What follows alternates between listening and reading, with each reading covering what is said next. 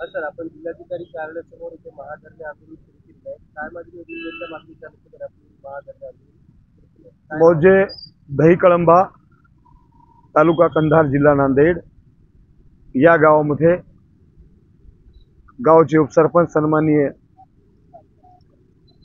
शिंदे यांचं चालू होतं गावच्या कल्याणासाठी, गावच्या सुविधासाठी. परंतु काही समाजकंटकांनी गावातील परमपूजनीय डॉक्टर बाबासाहेब आंबेडकरांच्या प्रतिमेला लालशाही ओढून सोशल मीडियावर ही गोष्ट टाकल्यामुळं आमच्या तमाम बौद्ध बांधवांच्या, बहुजन बांधवांच्या भावना तीव्र दुखावलेल्या आहेत.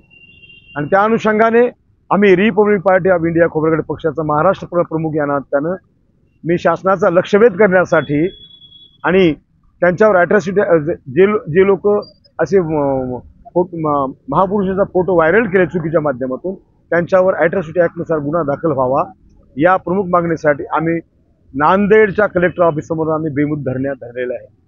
आणि जोपर्यंत ॲट्रॉसिटी ॲक्टनुसार गुन्हे दाखल होणार नाहीत, कठोर कारवाई होणार नाही, तोपर्यंत आमचं हे बेमुदत धरणे आंदोलन चालू राहील.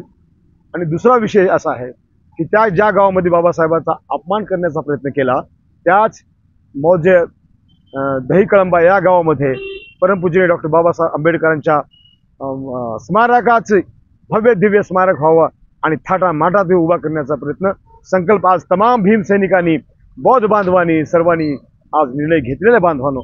जय भीम, जय बुद्ध, जय भारत.